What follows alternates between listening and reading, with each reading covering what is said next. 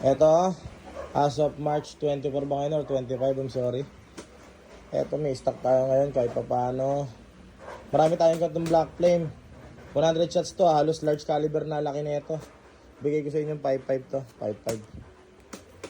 5.5. Etong Iron Man na 218 shots, bigay ko sa inyo ng 13.5. New York, bigay ko sa inyo ng 16.5, 288 shots. Etong New York tsaka Iron Man, ayan lang yung stock natin. Kunti lang. Kasi ano lang yan eh. Ayan lang eh. Itong Black Flame, marami tayo na ito. Meron pa sa bodega.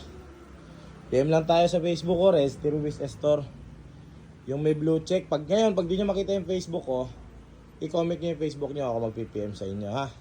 Wala akong ibang Facebook, yung Rest Ruiz Store lang na may blue check sa FB. Ayun lang ang legit. Ha? Payment first ako, nagsiship ako kahit saan parte ng bansa, wag lang sa ibang bansa. Marami tayong fiber tube.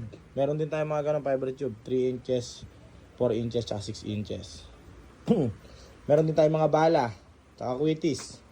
Quitis Striker, small DK, 1.5, sambox.